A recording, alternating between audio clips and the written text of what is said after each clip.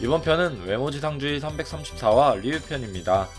정의의 김기명 삼총사에게 도움을 받은 박형석은 현재 1회애가 손님들을 방에 가두고 침입자를 찾기 위해 돌아다니는 상태를 역이용하여 손님인 척 방에 숨어있는 모습이며, 형석이 VVIP가 아니라는 사실에 김기명은 한숨을 쉬고 있죠.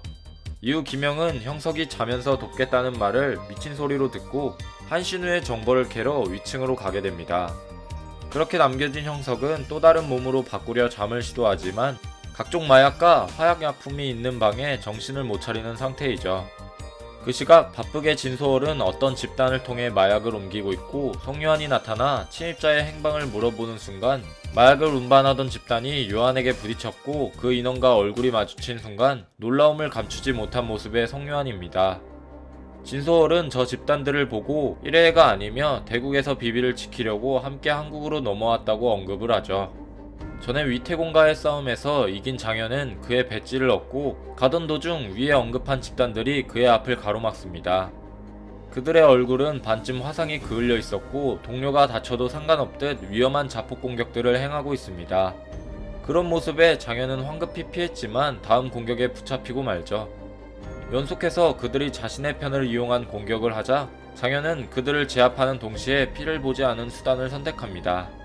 장현 역시 그들이 1회가 아니며 예사롭지 않게 여기고 있죠. 한편 바스코와 황호의 구도에서 바스코 역시 누군가 그에게 달라붙은 모습이며, 황호를 공격하려던 그 순간 또 화상을 입은 인원들이 나타나 황호의 공격을 대신 맞아주고 휘발유를 자신의 몸에 부어 라이터를 켜고 공격을 하려 하죠. 그 모습을 본 황호는 너희는 비비님을 적대했을 때부터 목숨을 걸어야 한다며 바스코의 위기를 즐기고 있습니다.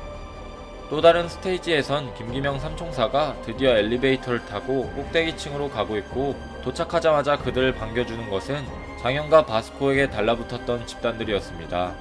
심지어 엘리베이터 위에도 올라간 모습이죠. 서성우는 이들을 보고 1회를 지키는 놈들이 아닌 비비를 지키기 위해 존재하는 놈들이며, 중국 재벌의 딸이란 이유로 어렸을 적부터 수많은 위기에 처했을 때 중국 대화제 사건에서 휘말린 103명의 아이들을 재벌이 거두어 샤오롱을 시켜 비비를 지키는 병기로 만들었습니다. 그 집단의 이름은 바로 비천회. 왕비를 위해서라면 당연하게 목숨을 바친다는 뜻으로 그 중심엔 샤오롱이 있죠. 하지만 서성우는 비천회가 있다고 해서 빅딜을 맡긴 자존심 상한다고 하고, 김기명 일행은 비천회 인원들을 엑스트라 마냥 손쉽게 처리합니다. 그 모습들을 본 샤오룽은 놀라워하고 다시 한번 김기명과 샤오룽의 매치업을 준비하며 외지주 334화는 끝이 나고 맙니다.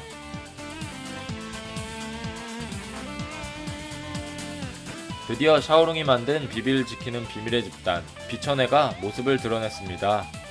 비비를 위해서라면 목숨을 다하여 자폭 공격을 실행하고 103명이라는 엄청난 물량을 가진 집단이라 단순 엑스트라로 보기엔 어려운 모습이며, 외형적인 모습이 마치 좀비를 연상시키는 비주얼이라 독자들이 충격을 먹었을 거라고 생각이 되네요.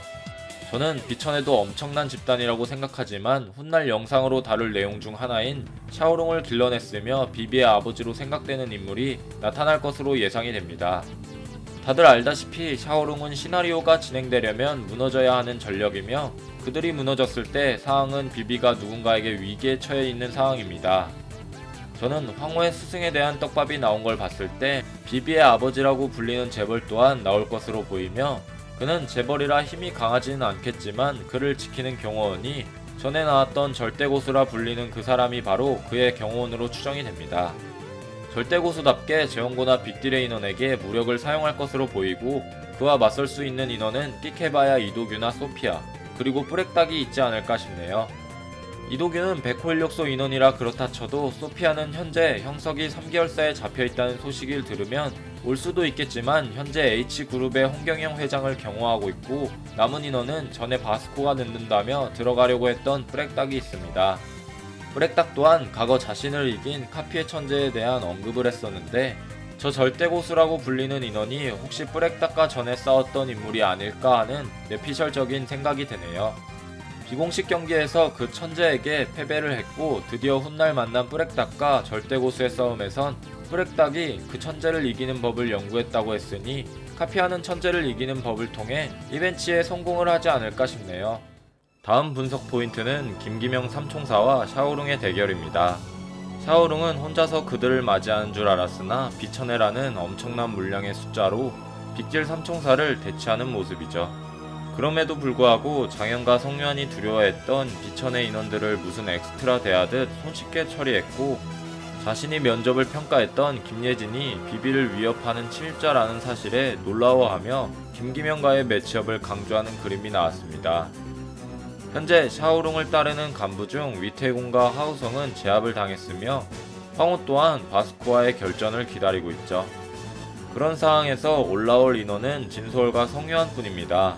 현재 위치를 보아 성유한은 꼭대기층으로 가려면 아직 시간이 걸리고, 옥상에 있는 서성은도 비천해와 빅딜을 비교하긴 자존심이 상한다는 말과 전에 개소리를 해보라는 언급을 본다면 그는 3개월살을 도와주지 않을 거고, 샤오룽은 결국 혼자서 빅딜 삼총사와의 대결을 펼쳐질 것으로 보이네요.